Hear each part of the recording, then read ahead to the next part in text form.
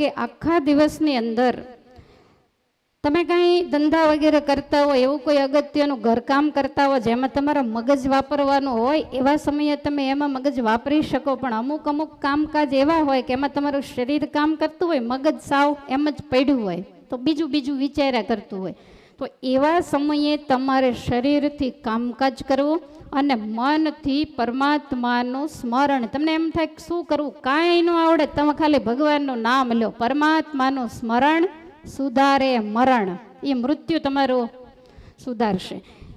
તો આપણે જોઈએ તો જે વાલીઓ લૂંટારો હતો, તો એણે સાધનાને તપ કર્યું, એમાં એણે શું કર્યું? ખાલી રામ રામ કર્યું.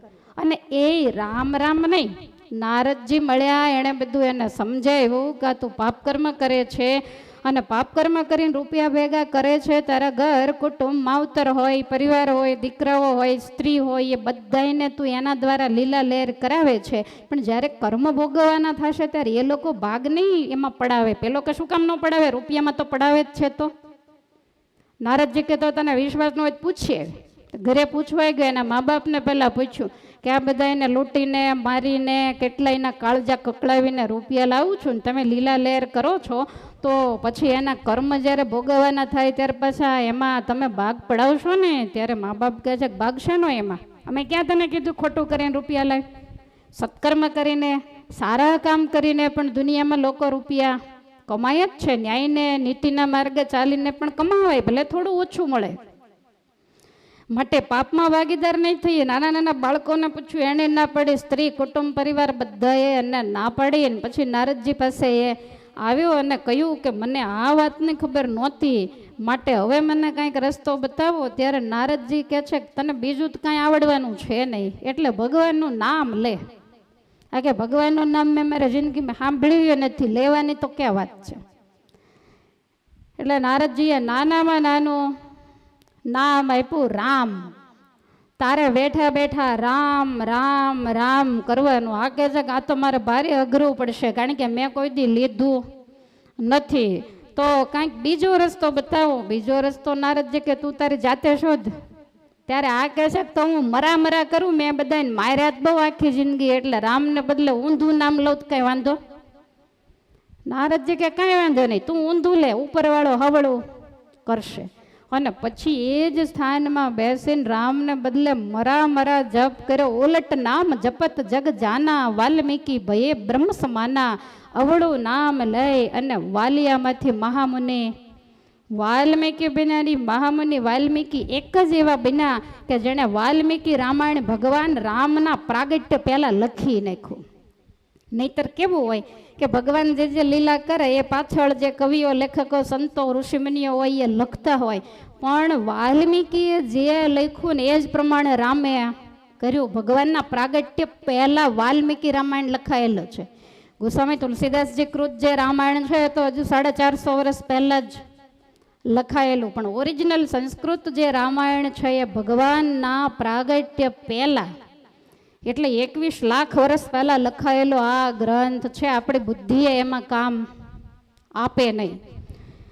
તો ભગવાનનું નામ લેવાથી આટલો ફાયદો થાય. હું વારે વારે કહું છું ને ભજન કરો ભજન કરો, તો એમાં તમને એમ થાય ફાયદો શું થાય? તો આવો ફાયદો થાય કે જે પાપ કર્મ કરનારા, કેટલાયની કતલ કરનારા એ વ્યક્તિ કેટલાયને પાપ માર્ગેથી પાછા વળીને પરમાત્મામાં જોડનારા મહાપુરુષ બન્યા. જેનું નામ લેવાથી છોકરા છાના રહી જતા એવો એ વાલીઓ, અને એ પરમાત્માનું એક સ્થાને બેસીને નામ જપવાથી સવારમાં એનું કોઈ નામ લેતો એનો દિવસ મંગલમય બને એવા મહામુનિ વાલ્મીકી બન્યા છે. આ નામનો પ્રતાપ છે. તમને સંસ્કૃતનું આવડે, તમને હિન્દીનું આવડે, તમને કીર્તનનું આવડે, પણ આ ભગવાનનું નામ લેતા આવડે કે એ ન આવડે? હાલતા ચાલતા ખાતા પીતા સ્વામિનારાયણ સ્વામિનારાયણ, તમને જે ઈષ્ટદેવમાં શ્રદ્ધા હોય તો એનું તમે નામ, એના પૂજા પાઠ, ઘરની અંદર એનો સરસ મજાનું દેવ મંદિર, કેટલા મોટા મોટા બંગલાઓ ખડક્યા હોય, પણ ઠાકોરજીની જગ્યા તો આપણને જોઈને દયા આવે એવી હોય. હવે આમ તો આ સંપ્રદાયમાં ઘણો સુધારો છે કે ઠાકોરજી માટે સરસ મજાના રૂમ અલગ અલગ કરતા હોય, કારણ કે છેલ્લી ઉંમરમાં પછી કાંઈ ઘરમાં હોય એટલી ને એટલી કિંમત, કાયમ કાંઈ તમારા પગલે ધરતી ન ધમધમે, પછી બીજાને ખો આપવી જ પડે. પછી એ ઓરડામાં બેસીને હું ને મારો ઠાકોર જગત બધું કાણું, ઠાકોર બેઠો પારણે અને હું દોરી. પછી કોઈ આપણી વાત સાંભળવા તૈયાર ન હોય, કોઈ આપણી સાથે બોલવા તૈયાર ન હોય. ઠાકોરનો રૂમ તૈયાર હોય તેમાં બેઠા બેઠા હરિગુણ ગાય હવનું હવ કરે ને. પહેલેથી કથા વાર્તાનું અંગ હોય તે રૂમમાં ગમે ને પાછું ત્યાં ગમે નહીં, બારણું બંધ રાખે, તિરાડ રાખે. ઠાકોરજી આમ બેઠો એની આમ જ જોયા કરે, કોણ આવ્યું ને કોણ ગયું.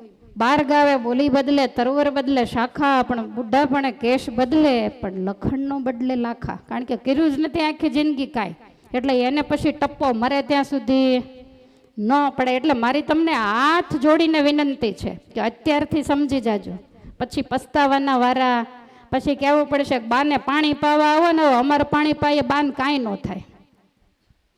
અમે પાણી પાવીને બાના કલ્યાણ થઈ જતા હોય, તમે તો આખી જિંદગી બધાને પાણી પાવા હોય. એના માટે તો હાથે સાધના ને મહેનત કરવી પડે. તમને મારી ભાષા થોડી કડક તો લાગતી હશે, પણ આમ તો એવાયા છો એટલે કંઈ નવું છે નહીં. તમને એમ થતું હોય કે જેની દાઢું ડાળા ચાવી ગઈ એને તમારા પાંદડા શું અસર કરે, કેટલાય કઈ કઈને જતા રહે. પણ છતાંય મને અહીંયા બેસું ને ત્યારે એમ થાય કે કઈ જ દઉં.